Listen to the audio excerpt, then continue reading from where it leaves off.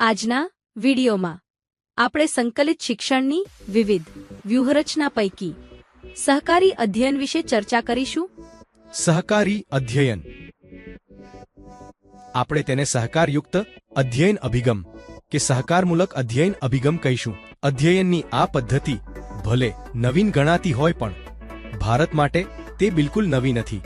આજથી 200 વર્ષ પહેલા ભારતમાં ધૂળિયા નિશાળો હતી। કેટલીકવાર શિક્ષક વર્ગના હોશિયાર વિદ્યાર્થીને ભણાવવાની કામગીરી સોંપી દેતા અથવા આસપાસના વિદ્યાર્થી સાથે મળીને દાખલા ગણવા સૂચવતા હતા। આ હતો સહકારમૂલક અધ્યયનનો તાસ। વિદ્યાર્થીઓ પરસ્પર સહકારથી કાર્ય કરતા હતા। આશ્રમ શિક્ષણ વ્યવસ્થામાં પણ શિષ્યો પરસ્પર ચર્ચા દ્વારા અધ્યયન કરતા હતા। આમ સહાયકારી શિક્ષણ ભારતના વિદ્યાર્થીઓ માટે નવું ન હતું। સહકારી અધ્યયનનો અર્થ બોટ અને સંકલ્પના। સહકારી અધ્યયન માટે બે શબ્દો વપરાય છે, એક જૂથ અધ્યયન અને બીજો સહકારી અધ્યયન। તેનો અર્થ અધ્યેતાઓ પરસ્પર સહકારથી અધ્યયન કરે એવો થાય છે। તેમાં ઔપચારિક જૂથ રચના નહોતી થતી, પરંતુ મુક્ત વાતાવરણમાં જેને જેની જરૂર જણાય તેનો સંપર્ક કરી પોતાના અધ્યયન પ્રશ્નો ઉકેલતા હતા। આ માટે 2 થી વધુ અધ્યેતાઓ સાથે મળીને અધ્યયન પ્રશ્ન ઉકેલે તો પણ સહકારી અધ્યયન થતું। આથી દરેક અધ્યેતાને પોતાની આવડત દર્શાવવાનો મોકો મળતો હતો। અહીં અધ્યેતાઓ પરસ્પર સહકારથી અધ્યયન કરે છે, પરિણામે અધ્યયન સઘન બને છે। શિક્ષણ પ્રક્રિયામાં એક શીખવનાર અને એક શીખનાર 2 બિંદુ હોય છે, પરંતુ સહકારી અધ્યયનમાં આવો ભૂમિકા ભેદ નથી હોતો। દરેક અધ્યેતા સમાન સ્તરે અધ્યયન અનુભવોની વહેંચણી કરે છે। અહીં ચર્ચા વિચાર વિમર્શ થાય છે। વર્ગમાં થતી જૂથ ચર્ચા, યોજાતા સેમિનાર, સિમ્પોઝિયમ પદ્ધતિનો ઉપયોગ, વર્કશોપમાં સહકારી નિર્માણ કાર્ય એ સમૂહ અધ્યયનના ઉદાહરણો છે। સહકારી અધ્યયનની ધારણાઓ। વૈયક્તિક કે સ્પર્ધાત્મક પર્યાવરણ કરતાં સહકારી પર્યાવરણ વધુ પ્રેરણાદાયી છે। પરસ્પર જોડાયેલા હોવાની લાગણી હકારાત્મક ઉર્જા ઉત્પન્ન કરે છે। સહકારી જૂથના સદસ્યો પરસ્પર એકબીજા પાસેથી શીખે છે। સહકાર પરસ્પર પ્રત્યે અનુકૂલનની લાગણી જન્માવે છે। એકાકીપણામાં ઘટાડો થાય છે। સહકાર આત્મવિશ્વાસ વધારે છે। સહકાર બીજા માટે ઉપયોગી થયાની હકારાત્મક લાગણી ઉત્પન્ન કરે છે। સહકાર સ્વમૂલ્યાંકનને આવકારે છે। તે માત્ર અધ્યયનમાં વધારો થવાથી નહીં, પણ આ પર્યાવરણમાં અન્યો દ્વારા આદર અને સંભાળ મળવાના કારણે થાય છે। ડેવિડ અને રોજર જોન્સને સહકારી અધ્યયનના 5 ઘટક તત્વો તારવી બતાવ્યા હતા। તે આ મુજબ છે: 1. પ્રત્યક્ષ આંતરક્રિયા, 2. હકારાત્મક પરસ્પર આધારિતતા, 3. વૈયક્તિક જવાબદારી, 4. સાથે મળીને કામ કરવાના કૌશલ્યો, 5. જૂથ પ્રક્રિયા। સહકારજન્ય અધ્યયનના ઘટકો।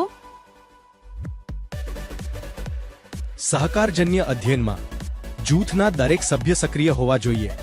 જૂથ કાર્ય સફળતાનો એ આધાર છે। જૂથના પ્રત્યેક સભ્યે તેને સોંપવામાં આવેલ કાર્યની જવાબદારી ઉપાડવાની રહેશે। જૂથના સભ્યને એ ખ્યાલ હોવો જોઈએ કે તેને સોંપાયેલ કાર્યની પૂર્તિ માટે તે જવાબદાર છે। તેનું કાર્ય જૂથ કાર્યમાં કડીરૂપ છે। જૂથમાં વ્યક્તિગત ચર્ચા।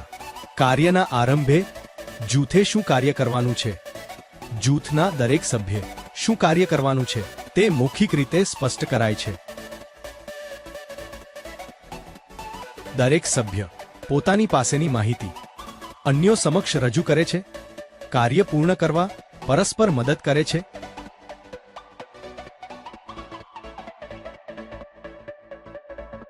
જે બાબત ચર્ચવાની છે તેના પૂર્વજ્ઞાનની ચર્ચા થાય છે। વર્ગમાં ચર્ચવાની બાબત અંગે રજૂઆત થાય છે, ચર્ચા થાય છે।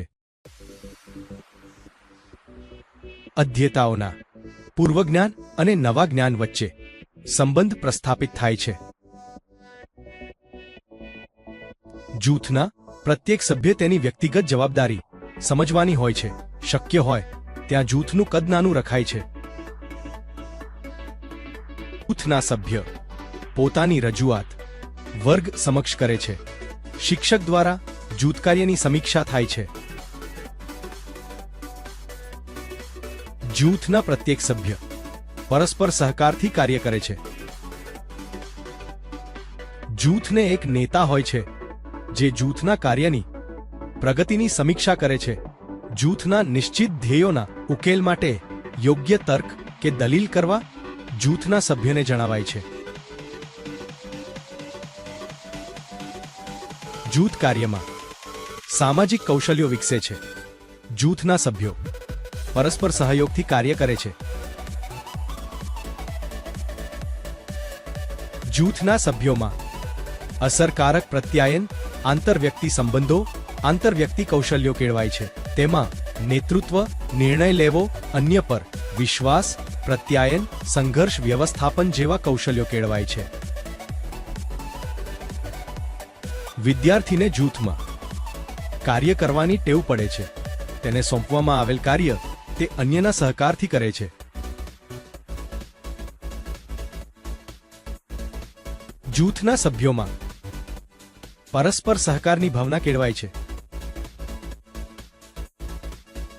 જૂથના સભ્યો સામૂહિક ચર્ચા દ્વારા ઉકેલો શોધે છે. દરેક સભ્યની હિસ્સેદારીની ચર્ચા થાય છે. સહકારજન્ય અધ્યયનનો પરસ્પરાવલંબનનો સિદ્ધાંત.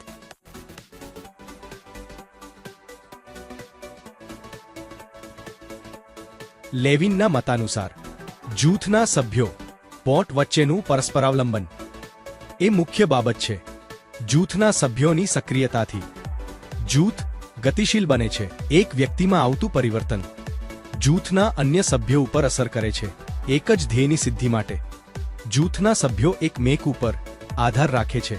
જૂથ સર્વસામાન્ય ધ્યેય નક્કી કરી તેની પૂર્તિ માટે પ્રયાસ કરે છે. પરસ્પરાવલંબનના મુખ્ય બે પ્રકાર છે. એક હકારાત્મક સામાજિક પરસ્પરાવલંબન, બે નકારાત્મક સામાજિક પરસ્પરાવલંબન.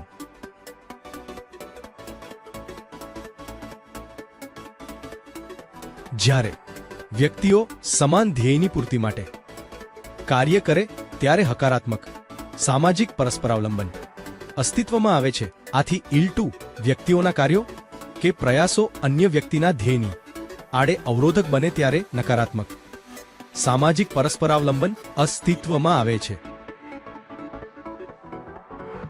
હકારાત્મક પરસ્પરાવલંબનમાં કોઈ એક વ્યક્તિ ધ્યેય સિદ્ધિમાં નિષ્ફળ જાય પરંતુ એક વ્યક્તિ ધ્યેય સિદ્ધ કરવામાં સફળ થાય જે નિષ્ફળ વ્યક્તિ માટે ઉપયોગી બને છે. નકારાત્મક પરસ્પરાવલંબનમાં ધ્યેયો સમાન નથી તેથી ધ્યેય સિદ્ધિની સંભાવના નથી. આજના વિડીયોમાં આપણે સંકલિત શિક્ષણની વ્યૂહરચનાઓ કે અભિગમો પૈકી સહકારી અધ્યયન વિશે ચર્ચા કરી. જેમાં સહકારી અધ્યયન શું છે અને તેની સંકલ્પના, સહકારી અધ્યયનની ધારણાઓ, સહકારજન્ય અધ્યયનના ઘટકો, સહકારજન્ય અધ્યયનનો પરસ્પરાવલંબનનો સિદ્ધાંત જેવા મુદ્દાઓ વિશે માહિતી મેળવી. આભાર.